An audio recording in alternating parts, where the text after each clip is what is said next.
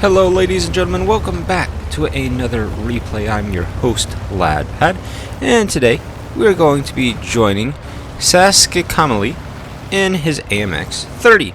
And Saski is going to put on really a masterclass of what this rare tier 9 tank is capable of.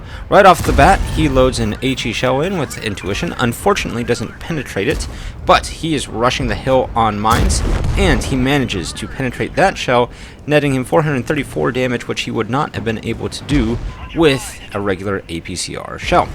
And he is going to be dominating the hill throughout this replay and showing you exactly why this is the most important spot on this map. Now, a lot of people will not be familiar with the AMX 30 because it's quite a rare tank, and it's not rare because it's not good. A long time ago, several years, the AMX 30 led to the tier 10 AMX 30B. Now, unfortunately, World of Tanks Wargaming was never able to balance the AMX 30B properly.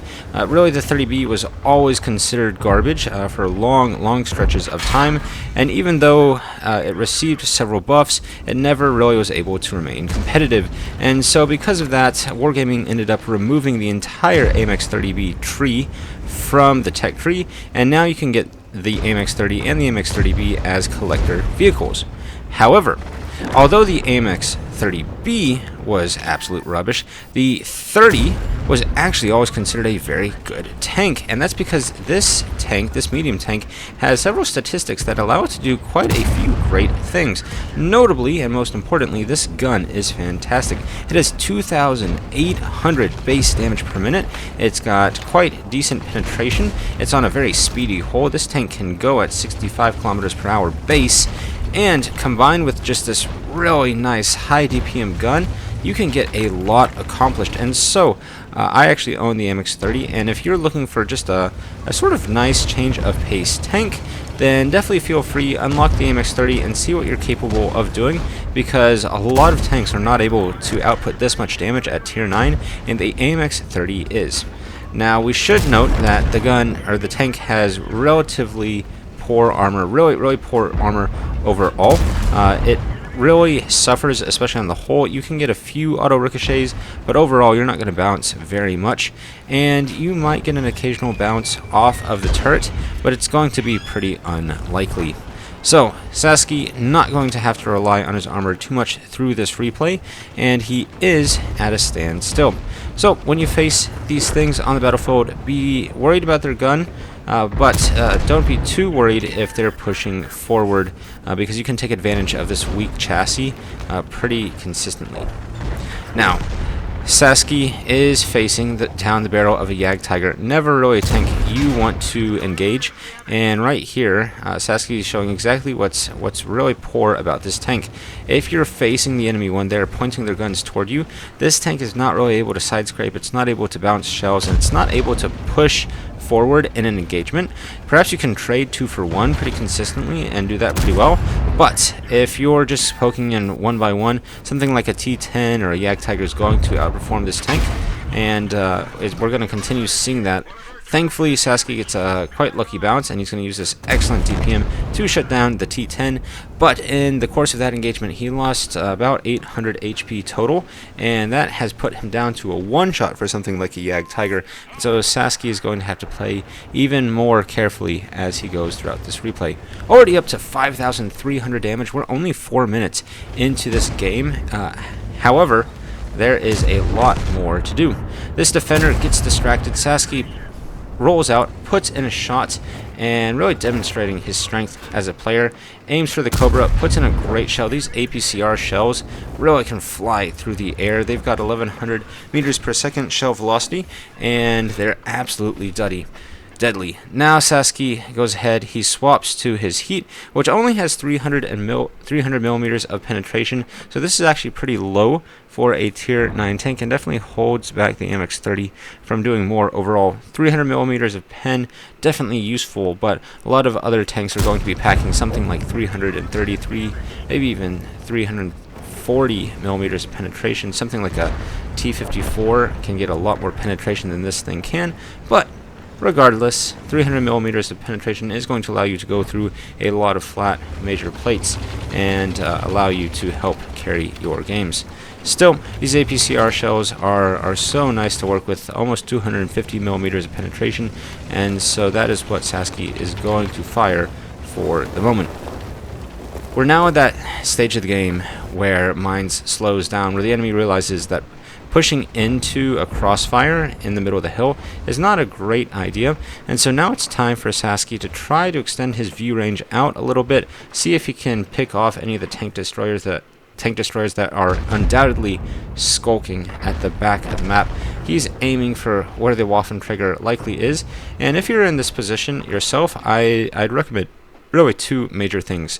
The first and the biggest one is be really cautious about getting proxy spotted.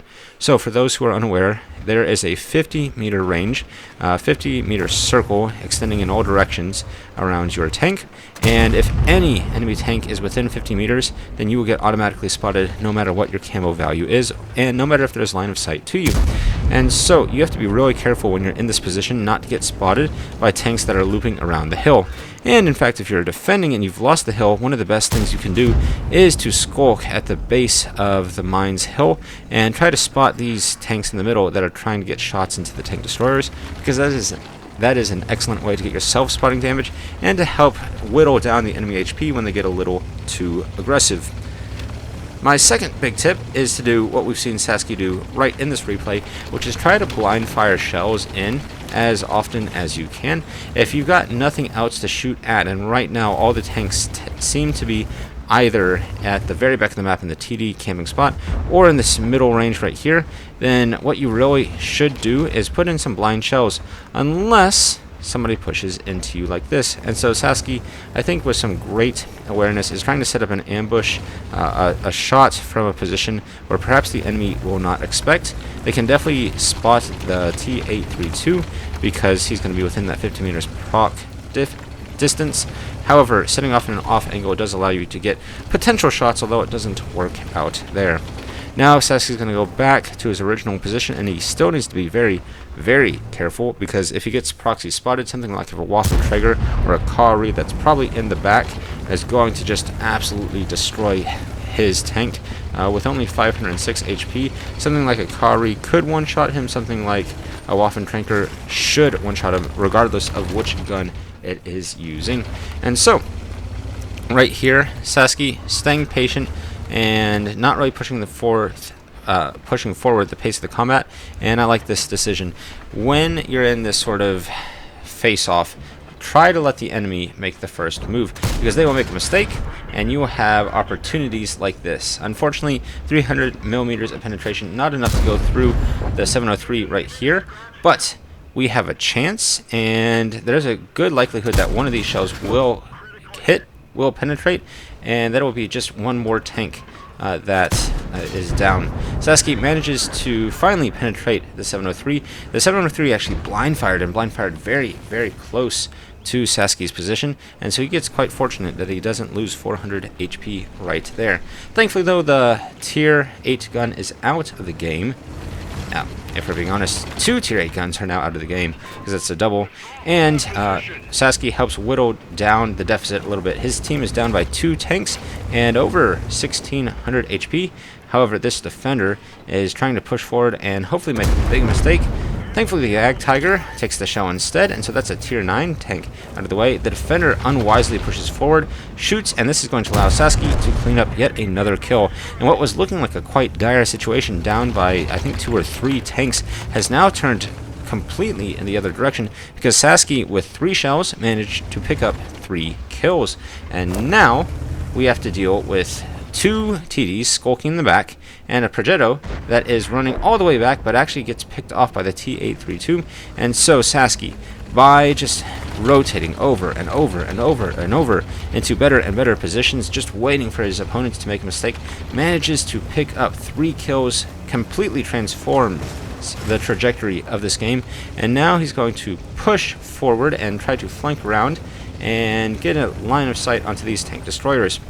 One of the best ways you can break a tank destroyer line like this is to flank around all the way on the one line, and you're actually able to get into the corner of the map and get unspotted as you approach their position.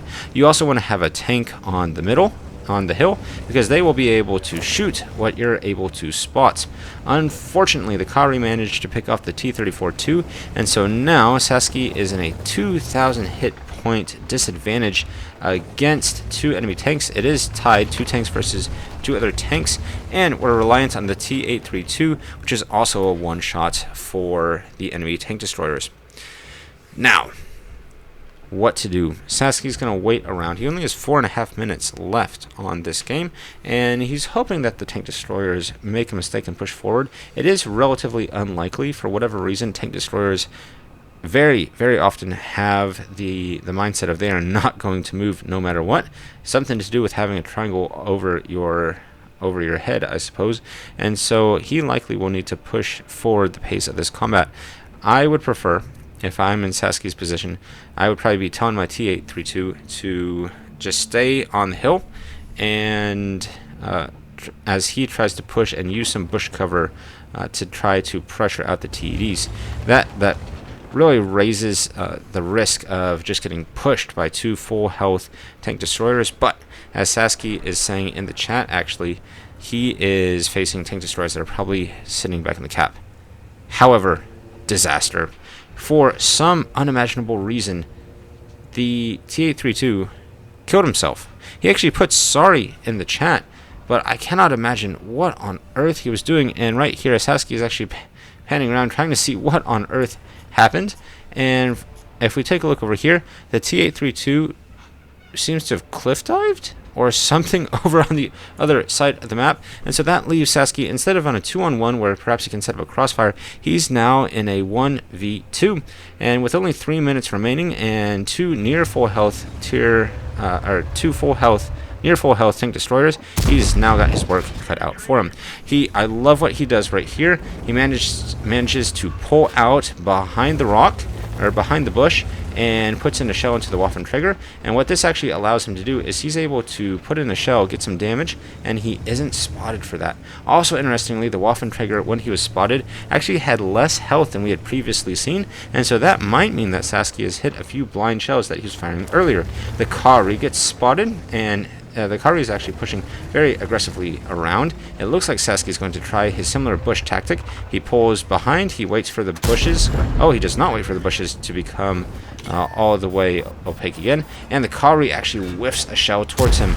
Now Sasky is going to demonstrate exactly what is so good about this gun. He manages to put in 2 shells while the Kari's only put in 1. He loads back in the heat. He pops out. He bounces a shell. What fortunate luck. And now that the Kari's fired, Sasky knows he's got less alpha damage and better DPM overall, and so he manages to put in 2 shells. He's now up to 8,900 damage that we've seen, and he's got 2 minutes to clean up a 2-shot Waffenträger. He has no HE shells remaining, and the Waffenträger is on 516 health. His HE shells only did 480 damage overall in the first place, so he was unlikely to 2-shot the tank regardless. And now that Waffenträger could be anywhere. Sasky was spent a considerable amount of time dealing with the Kari, and now that Waffenträger could be exactly where he left him, or that Waffenträger could be flanking around. Right here, capping is no longer an issue, or really no longer an option for either of these 2 tankers. And so now, Sasky's going to try to flank around and hope that the Waffenträger doesn't expect his aggressive play. Sasky has continually tried to take up aggressive positions, not getting too far forward. Instead, Sasky continues to find positions that he likes, positions that he's able to spot out of, and that gives him great lines of fire, but he doesn't push straight into the face of his opponents. And so, with only 50 seconds remaining on this game, it looks like Sasky is finally going to have to take a major risk with the hope that he can do something. Only 40 seconds, he's going on top of the hill. There's no guarantee that he'll find the Waffenträger whatsoever. However, I doubt the Waffenträger will be expecting him to be on top of this hill. And right here, Sasky is praying that the Waffenträger is where he last left him. He fires. Does he get spotted for this? He does not get spotted. So that means the Waffenträger did not have a line of sight on him. And right here, with only 19 seconds, 18 seconds left, Sasky's just prowling around. Where on earth could he be? Where did that Waffenträger get off to? And now 10 seconds, the Waffenträger is spotted. The Waffenträger isn't paying attention to him at all. He gets in one shell. He's trying to outpace the Waffenträger's gun, and heartbreak! The Waffenträger does put in a very, very well-aimed shot. He does not low roll, and so Sasuke falls with only 132 damage remaining on the enemy team, just enough to finish in second place. And we'll take a quick look at the post-game stats. Saskicamali ends up with over 10,000 damage. Yes, he did end up hitting a blind shell or two. He ends up with 10,096 damage, just crossing the 5-figure mark. He has 7 kills, and he has 1,292 base experience in a loss. That is absolutely an ace tanker. He ends up with his high caliber, with his top gun. He gets his tank sniper because his aim was very, very strong throughout this replay. He shot 37 shells, hit 33, penetrated 27, and as we take a look, he really had very little help from the rest of his team. His platoon mate managed to get 2,000 damage. The BZ-58-2 managed to get over 2,000 damage, but all throughout the rest of his entire team, nobody really had a significant impact on the game overall. The enemy Ag Tiger, shout out to WDC, managed to do almost 5,000 damage and 3 kills. In fact, and this platoon 1 had about 6,300 damage between them, and definitely helped to, these top 3 players definitely carried the game for their team.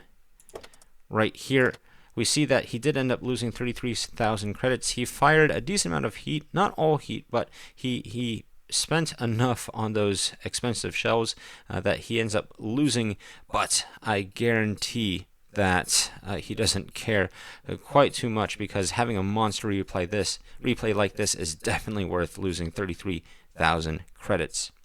I hope you guys saw why the AMX 30 is still worth a shot in 2023. It's not going to be the best medium tank in the game, but this really devastating gun with this exceptional 2,800 base damage per minute is definitely worth having a go around with, and this tank's just a lot more dangerous than perhaps you would expect, just with how rare and how rarely anybody sees this tank. So if you've got a chance, give it a shot. All you need to do is research a tier 9 French vehicle, and that will give you the ability to buy the AMX 30, and past that, research a few modules, and you can have a blast in what is really one of the hidden gems. It's so hidden. It's not a premium tank. It's not even in the tech tree, but it's absolutely hidden, and it's beautiful when it goes well. Ladies and gentlemen, thank you so much for watching. Definitely give a subscribe, put down a comment. You'll be eligible for our Tier 8 Premium giveaway. We'll be starting that when we hit 1,000 subscribers. And I'm so grateful to have you here. Lad, out.